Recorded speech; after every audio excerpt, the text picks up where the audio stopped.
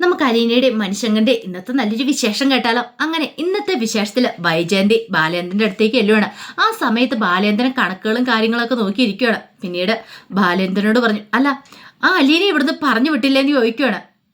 അവളുടെ കണക്കുകളും കാര്യങ്ങളൊക്കെ തീർത്ത് അവളെ രാവിലെ പറഞ്ഞു വിടാൻ പറഞ്ഞല്ലേന്ന് ചോദിക്കും. അത് കേട്ടുകഴിഞ്ഞപ്പോൾ ബാലേന്ദ്രൻ പറഞ്ഞു, അല്ല പറഞ്ഞു വിടാനായിട്ട് അവളെ വിളിച്ചോണ്ട് വന്ന സമയത്ത് അതിനുശേഷമുള്ള കാഴ്ചകളും കാര്യങ്ങളൊക്കെ നീ കണ്ടല്ലേന്ന് ചോദിക്കുകയാണ്. എന്ത് കാര്യങ്ങൾ?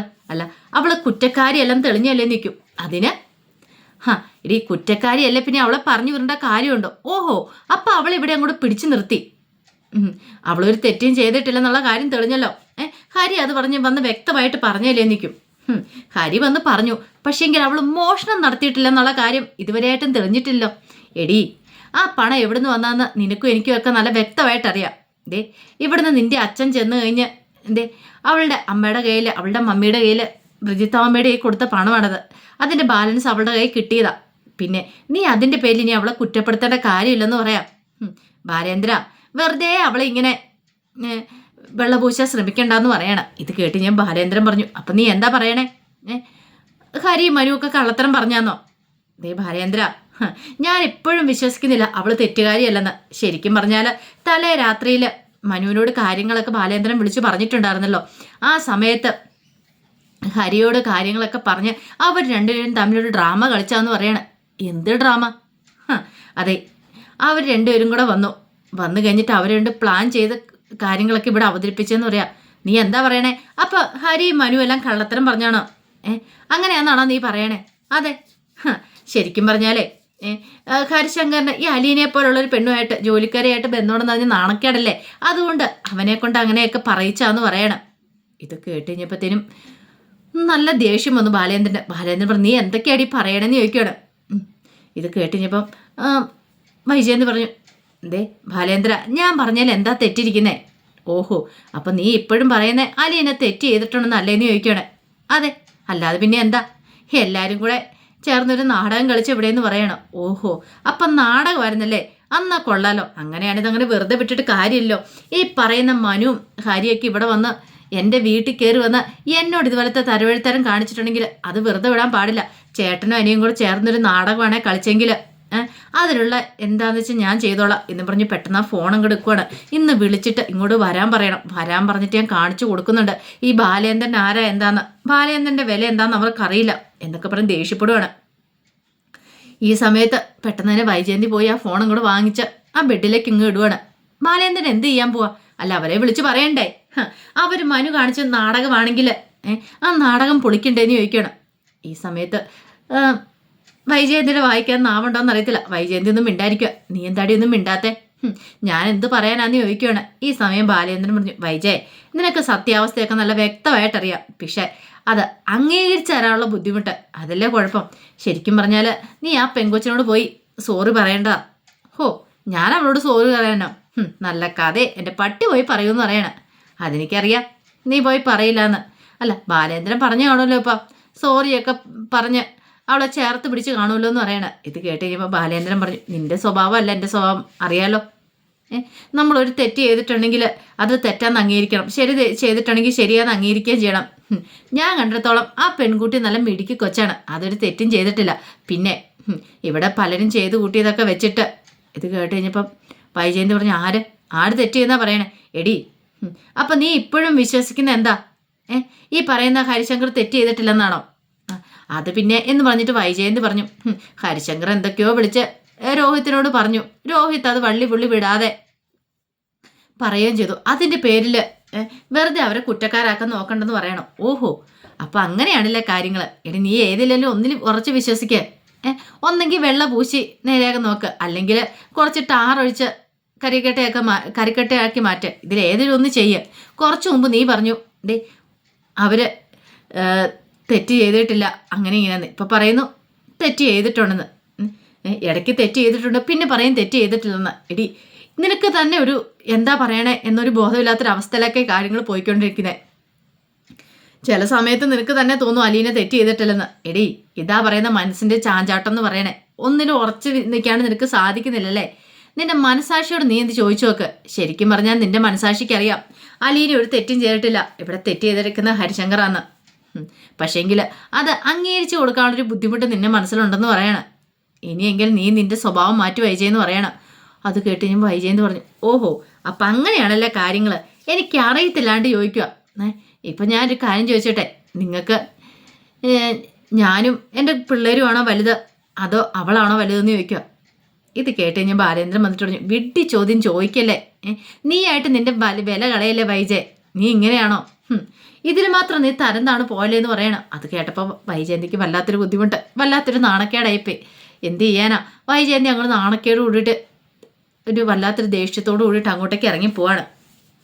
ഈ സമയത്ത് രോഹിത് കുറേ സമയം ഹരിശങ്കർ ഫോൺ വിളിച്ചുകൊണ്ടിരിക്കുന്നത്, എടുക്കുന്നേ ഉണ്ടായിരുന്നില്ല. ഓ ഇതെവിടെ പോയി കിടക്കുന്നു ഇവന് എന്നൊക്കെ കരുതി വീണ്ടും വീണ്ടും വിളിച്ചുകൊണ്ടിരിക്കുകയാണ്.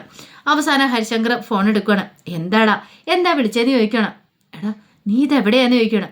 ഓ ഞാൻ എൻ്റെ സിനിമ കാണാൻ പോയി. സിനിമ കാണാനോ? എടാ മനുഷ്യൻ ഇവിടെ തീ പിടിച്ചിരിക്കുന്ന അവസ്ഥയിൽ നിനക്ക് എങ്ങനെ സിനിമ കാണാൻ പറ്റുന്നടാ? എടാ ഇനിയിപ്പോൾ എന്താ സംഭവിച്ചേ? എടാ ഇവിടെ സംഭവിച്ചൊന്നും അല്ലേ?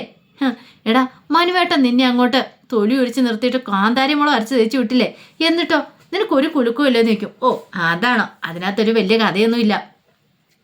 എടാ നീ ഇവിടെ വന്ന് കുറ്റസമ്മതം നടത്തിയതല്ലേ? അത് പിന്നെ കുറ്റസമ്മതം നടത്താതിരിക്കാൻ പറ്റുമോ? എങ്കിലല്ലേ നമുക്ക് അലീനെ അവിടെ കിട്ടത്തുള്ളൂ.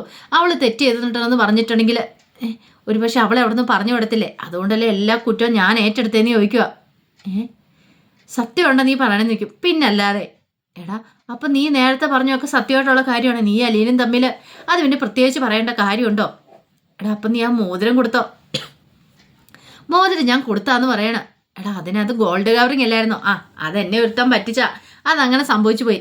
ഞാനും അലീനയും തമ്മിലുള്ള ബന്ധം അത് നിനക്കറിയാലോ, ഞങ്ങൾ തമ്മിൽ ബന്ധമുണ്ട്.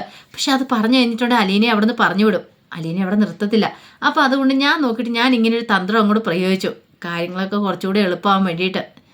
അത് കേട്ട് കഴിഞ്ഞപ്പം രോഹിത്തോട് സത്യമാണോടെ നിൽക്കും. പിന്നെ അല്ലാതെ. എടാ നമുക്കൊരു ദിവസം വേണമെന്ന് പറയണം. ഒരു ദിവസമോ? അതെ, ഞാനും നീയും അലീനയും കൂടെ കൂടിയിട്ട് 3 പേരും കൂടെ കൂടിയിട്ട് കളിപ്പാട്ട് വീട്ടിൽ. അങ്ങനെ ഒരു ദിവസമോ? പിന്നല്ലാതെ അങ്ങനെ ഒരു ദിവസം ഉണ്ടാവുമെന്ന് പറയണം. ഇത് കേട്ട് കഴിഞ്ഞപ്പോഴത്തേനും രോഹിത്തോർത്ത് ശരിയായിരിക്കും ഹരിശങ്കർ പറയുന്ന കാര്യങ്ങളൊക്കെ ചിലപ്പോൾ സത്യമാവാൻ വഴിയുണ്ട്. അത് ചിന്തിച്ച് കഴിഞ്ഞപ്പോഴത്തേനും രോഹിത്തിൻ്റെ മനസ്സിൽ എന്തോ ഒരു വല്ലാത്തൊരു സന്തോഷം കാര്യങ്ങളൊക്കെ തോന്നി. ഈ സമയത്ത് വൈജയന്തി നേരെ അടുക്കളയിലേക്ക് ഇല്ലുവാണ്. അപ്പോഴേക്കും അലീന ചപ്പാത്തിക്കൊക്കെ പരത്തിക്കൊണ്ടിരിക്കുകയാണ്. വൈജയന്തി എന്നിട്ട് പറഞ്ഞു, അതെ എനിക്ക് ചായ വേണമെന്ന് പറയണം. അല്ല ചായയുടെ കാര്യം മാഡം പറഞ്ഞല്ലോ, പറഞ്ഞാലോ നീ എനിക്ക് തരത്തുള്ളൂ എന്ന് ചോദിക്കുക. അല്ല കഴിഞ്ഞ ദിവസം ഇതുപോലെ ഞാൻ ചായയും കൊണ്ട് അപ്പം ഞാൻ പറഞ്ഞിട്ട് ചായ എടുത്താൽ മതി, ഞാൻ പറയാതെ എനിക്ക് വേണ്ടി ഒന്നും ചെയ്യില്ലെന്ന് പറഞ്ഞു, അതുകൊണ്ടാന്ന് പറയണം. അതെ എപ്പോഴും എൻ്റെ സ്വഭാവം ഒരുപോലെ ആയിരിക്കില്ല, ചിലപ്പോൾ ഇങ്ങനെ ആയിരിക്കും, വ്യത്യസ്തപ്പെട്ടിരിക്കും എന്ന് പറയണം. എൻ്റെ സ്വഭാവം എന്താണെന്ന് ചിലപ്പോൾ എനിക്ക് പോലും അറിയത്തില്ല എന്ന് പറയണം. അതുകൊണ്ട് നീ കൂടുതൽ അതിനകത്ത് തലയിടണ്ടെന്ന് പറയണം. ശരി ആയിക്കോട്ടെ എന്ന് പറഞ്ഞ് അലീന ചായക്കുള്ള വെള്ളമൊക്കെ എടുത്ത് വെക്കുകയാണ്. പിന്നീട് പാലൊക്കെ എടുത്ത് പാലൊക്കെ ഒഴിക്കുന്ന സമയത്ത് വൈജയന്തി പറഞ്ഞു, ജസ്റ്റ് എസ്കേപ്പ് ആയല്ലേന്ന് ചോദിക്കുകയാണ്. അലീനയ്ക്ക് മനസ്സിലായി തനിക്കിട്ടാന്ന്. ഈ സമയത്ത് അലീന പറഞ്ഞു, എസ്കേപ്പ് ആയെന്നോ? ആര്? വറചട്ടിയിൽ നിന്ന് വീണ്ടും വറചട്ടിയിലേക്ക് തന്നെ പോയി, അല്ലാതെ ആരെവിടെ രക്ഷപ്പെടാനായിട്ടാ? ആരും രക്ഷപ്പെട്ടിട്ടില്ല എന്ന് പറയണം. പിന്നെ എനിക്ക് ഈ വീട്ടിൽ നിൽക്കുന്നതിന് വലിയ താല്പര്യം കാര്യങ്ങളൊന്നുമില്ല, പക്ഷെങ്കിൽ ഇവിടെ എല്ലാവരും പറഞ്ഞു കഴിഞ്ഞാൽ പിന്നെ എനിക്ക് നിൽക്കാതിരിക്കാൻ പറ്റുമല്ലോ, ഒരു തെറ്റും ചെയ്യാതിരുന്നിട്ടല്ലേ തെറ്റുകാരിയെന്നും പറഞ്ഞ് എല്ലാവരും മുദ്ര കുത്തിയെന്ന് ചോദിക്കുക. വൈജയന്തി പറഞ്ഞു, പിന്നെ ഒരു തെറ്റും ചെയ്യാത്തൊരു പുണ്യവതി വന്നിരിക്കുന്നു. ദേ ഒരു കാര്യം ഞാൻ പറഞ്ഞേക്കാം കേട്ടോ, മര്യാദയാണ് മര്യാദ എന്നൊക്കെ പറഞ്ഞ അലീനെ നിങ്ങൾ കുറ്റപ്പെടുത്തുകയാണ്. ഈ സമയത്ത് അലീന പറഞ്ഞു, മാഡം എന്നെ കുറ്റപ്പെടുത്തിയിട്ട് കാര്യമില്ലെന്ന് പറയണം, ഞാനൊരു തെറ്റും ചെയ്തിട്ടില്ലാത്തതുകൊണ്ടാണ് ഞാൻ ഉറച്ചു വിശ്വസിച്ച് നിന്നത്. പക്ഷെ മാഡമൊക്കെ വിശ്വസിച്ച് ഞാൻ തെറ്റ് ചെയ്തെന്ന് എനിക്ക് എന്നെക്കുറിച്ച് നന്നായിട്ട് അറിയാമെന്ന് പറയാം. പിന്നെ നിനക്ക് നിന്നെക്കുറിച്ച് നന്നായിട്ട് അറിയാൻ പോലും, ദേ നിനക്ക് എന്നെക്കുറിച്ച് അറിയത്തില്ല എന്ന് പറയണം. ഇത് കേട്ടപ്പോൾ അലീന പറഞ്ഞു, ആര് പറഞ്ഞറിയത്തില്ല എന്ന്? എനിക്ക് നന്നായിട്ട് അറിയാമെന്ന് പറയണം. ഇത് കേട്ടപ്പം വൈജയന്തി ചോദിച്ചു, എന്തറിയാന്ന്? എല്ലാം അറിയാമെന്ന് പറയണം. എല്ലാം അറിയാമെന്ന്? അതെ എല്ലാം എനിക്കറിയാമെന്ന് പറഞ്ഞിട്ട് ചായ എടുക്കാനുണ്ടോ തിരിഞ്ഞു. ഈ സമയത്ത് വൈജയന്തിയിലൊരു ഞെട്ടലുണ്ടായി. ഇവിടെ എന്തായിരിക്കും പോലും ഉദ്ദേശിക്കുന്നത് എന്നൊരു ചിന്ത മനസ്സിലേക്ക് വരുവാണ്. പിന്നീട് വൈജയന്തി പറഞ്ഞു, നീ കൂടുതൽ ആളാവാനൊന്നും ഇവിടെ നിൽക്കണ്ട, പറഞ്ഞു കേട്ടല്ലോ എന്നൊക്കെ പറഞ്ഞങ്ങ് ദേഷ്യപ്പെട്ട് ഇറങ്ങി പോവാണ്.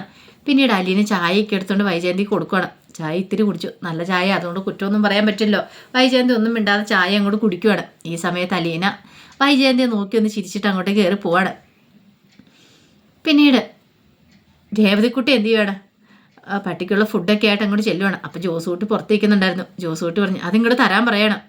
അയ്യേ ഇതേ പട്ടിക്കുള്ള ഫുഡാ, ജോസൂട്ടി ചേട്ടന് വേണ്ട ഒരു കാര്യം ചെയ്യുക, വേറെ പോയി അടുക്കള എടുത്ത് കഴിക്കാൻ പറയണേ.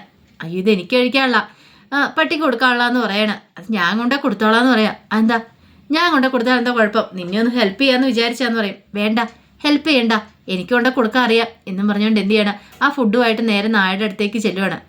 പിന്നീട് നായയോടെ കിടന്ന് കുരയ്ക്കുകയും ചാടുകയൊക്കെ ചെയ്യുന്നുണ്ട്. കഴിഞ്ഞപ്പോഴത്തേനും രേവതിക്കുട്ടി പറഞ്ഞു, ഇതേ മര്യാദയ്ക്ക് അടങ്ങി ഒതുങ്ങിയിരുന്നോടൊന്നും കഴിച്ചിട്ട്, അല്ലാതെ ഇവിടെ കിടന്ന് ബഹളം വെച്ചാണ്ടല്ലോ ഞാൻ എൻ്റെ അലിയനി ചേച്ചിയും കൂടെ വിളിക്കും. അലിയനി ചേച്ചിയുടെ മുന്നിൽ ഇങ്ങനെ നീ പൂച്ചക്കുട്ടിയെ പോലെ അനങ്ങാൻ നിൽക്കും. അറിയാലോ നിനക്ക് എൻ്റെ അലിയനി ചേച്ചി ആരാ എന്താ ഏതാന്നൊക്കെ ഞാൻ വിളിക്കണം എന്നൊക്കെ ചോദിച്ചോണ്ട് നായേനെ ഇങ്ങനെ വെറുതെ ഇങ്ങനെ പേടിപ്പിക്കണം. ഇത് കേട്ട് കഴിഞ്ഞപ്പോഴത്തേനും ജോസൂട്ടി ഇങ്ങനെ നോക്കിയിരുന്നു. പിന്നീട് രേവതിക്കുട്ടി അങ്ങോട്ട് വന്നു കഴിഞ്ഞപ്പോഴത്തേനും ജോസൂട്ടി പറഞ്ഞു, നീ എന്തിനാ നായോട് അങ്ങനെയൊക്കെ പറയണമെന്ന് ചോദിക്കും. എന്താ പറഞ്ഞാൽ കുഴപ്പം എന്താന്ന് ചോദിക്കണം. ഈ സമയത്ത് ജോസൂട്ടി പറഞ്ഞു, അതെ നീ എൻ്റെ അടുത്ത് ഇങ്ങനെയൊന്നും അല്ല ഇടപെടേണ്ടതെന്ന് പറയാം. പിന്നെയോ നമ്മളെ ഈ ജോലിക്കാർ തമ്മിലൊരു അണ്ടർസ്റ്റാൻഡ് വേണമെന്ന് പറയാം. എന്ത് അണ്ടർസ്റ്റാൻഡ് വേണമെന്ന്? അല്ല നമ്മൾ തമ്മിൽ നമ്മൾ ഈ സിനിമയ്ക്കകത്ത് കണ്ടിട്ടില്ലേ, എല്ലാ വീട്ടിലും ജോലിക്കാർ തമ്മിൽ അവർ തമ്മിൽ ഒരു ഐക്യമദ്യം കാണുമെന്ന് പറയണം. അതെ എനിക്ക് മദ്യമൊന്നും വേണ്ട, അത് ജോസൂട്ടി ചേട്ടൻ തന്നെ അങ്ങോട്ട് കുടിച്ചാൽ മതി എന്ന് പറയണം. ഓ അതല്ല പറഞ്ഞത്, നമ്മൾ തമ്മിൽ ഒരു പരസ്പരം ഒരു ധാരണ വേണമെന്ന്. എനിക്കിപ്പോൾ ധാരണയുടെ ആവശ്യമൊന്നുമില്ല, പറഞ്ഞ കേട്ടല്ലോ ജോസൂട്ടി ചേട്ടൻ എന്താണെന്ന് ചെയ്യുക എന്ന് പറയണം. ഇത് കേട്ടപ്പോൾ ജോസൂട്ടി പറഞ്ഞു, ഓഹോ നിനക്ക് അത്രയും അഹങ്കാരമാണ് നിൽക്കും. അഹങ്കാരമോ? എനിക്ക് അഹങ്കാരം ഒന്നും ഇല്ലയെന്ന് പറയണം. ഇപ്പം ജോസൂട്ടി ചേട്ടൻ എന്താ വേണ്ടതെന്ന് നിൽക്കും. അത് പിന്നെ എനിക്കൊന്നും വേണ്ട, എന്നാൽ ശരി ഞാൻ പോട്ടെ എന്ന് പറഞ്ഞ് അങ്ങോട്ട് കയറി പോവാണ്. പിന്നീട് ഇത്തിരി സമയം കഴിഞ്ഞ് കഴിഞ്ഞപ്പോഴത്തേനും ഗ്രേസമ്മ രേവതിക്കുട്ടിയെ വിളിക്കുകയാണ്. 2-3 വട്ടം വിളിച്ച് കഴിഞ്ഞപ്പോഴത്തേനും രേവതിക്കുട്ടി പറഞ്ഞു, എന്തോ ഞാനിവിടെ ഉണ്ടെന്ന് പറഞ്ഞ് അങ്ങോട്ട് വരുവാണ്. നീ ഇത് എവിടെയായിരുന്നു? ഞാനിവിടെ മഴ കാണുമായിരുന്നു പറയണം. എന്താ ആൻറ്റി എന്താ കാര്യം എന്ന് ചോദിക്കുക. അതെ ഞാൻ കിടന്നൊന്ന് മയങ്ങുമായിരുന്നു. മയങ്ങണ സമയത്ത് എൻ്റെ കാലിൽ കൂടെ ആകെപ്പാടെ ഒരു തരിപ്പ് കയറി കാലൊക്കെ മരച്ചു പോയെന്ന് പറയണം. ഒന്ന് ആ കുഴമ്പിട്ടൊന്ന് തിരുമാൻ പറയണം. ഞാൻ ഇപ്പം തന്നെ ഓയിൽമെൻറ്റ് എടുത്തുകൊണ്ട് വരാമെന്ന് പറഞ്ഞുകൊണ്ട് രേവതിക്കുട്ടി അങ്ങോട്ട് പോയി. പിന്നീട് ഓയിൽമെൻറ്റ് എടുത്തുകൊണ്ട് കാലങ്ങ് തിരുമുവാണ്. ഈ സമയത്ത് രേവതിക്കുട്ടി പറഞ്ഞു, എനിക്കൊരു കാര്യം പറയാനുണ്ടായിരുന്നു പറയാം ആൻറ്റിയോട്. എന്ത് കാര്യം? പറഞ്ഞിട്ടുണ്ട് എന്നെ ചീത്ത പറയാം. അന്നാ നീ പറയണ്ടെന്ന് പറയണം. ഞാൻ പറയൂന്ന് പറയാം. എന്നാ പറ. അത് പിന്നെ എന്ന് പറഞ്ഞ് നിൽക്കുവാണ്. കാര്യം എന്താ വെച്ചാൽ പറ. അത് പിന്നെ ആ ജോമഞ്ചേട്ടൻ്റെ മുറി ഞാൻ ഒന്ന് തൂത്തുടച്ച് വൃത്തിയാക്കട്ടെ എന്ന് ചോദിക്കുക. തൂത്തുടയ്ക്കാനോ? നിന്നോട് ആരാ പറഞ്ഞ് അങ്ങോട്ട് കയറാനായിട്ട്? അല്ല ചെയ്യട്ടെ എന്ന് ചോദിക്കുക. അതൊന്നും വേണ്ട, അതൊന്നും ശരിയാകത്തില്ലെന്ന് പറയാം. എന്താ ആൻറ്റി ഇത്? ഞാൻ ആ തൂത്തുടച്ച് വൃത്തിയാക്കി എന്താ കുഴപ്പമിരിക്കുന്നത്? വേണ്ട എനിക്കത് ഇഷ്ടമില്ല എന്ന് പറയണം. അങ്ങനെ പറയരുത് ആൻറ്റി. ആൻറ്റിയുടെ മനസ്സിലെ ജോമഞ്ചേട്ടൻ്റെ സ്ഥാനം എന്താണെന്ന് എനിക്ക് നന്നായിട്ടറിയാം.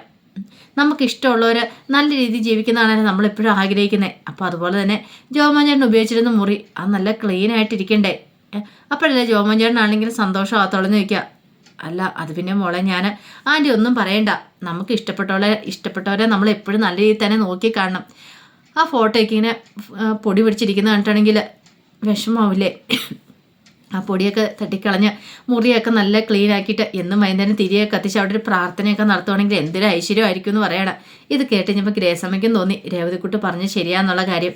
അപ്പോൾ അതിൻ്റെ വിശേഷങ്ങളൊക്കെയാണ് കാണുന്നത്. ഇതിൻ്റെ ബാക്കി വിശേഷങ്ങളുമായിട്ട് വൈകുന്നേരത്തെ പ്രൊമോയി വരാട്ടോ. ഒരിക്കൽ കൂടി എല്ലാവർക്കും ശുഭദിനം നേർന്നുകൊണ്ട് നിർത്തുന്നു. നന്ദി.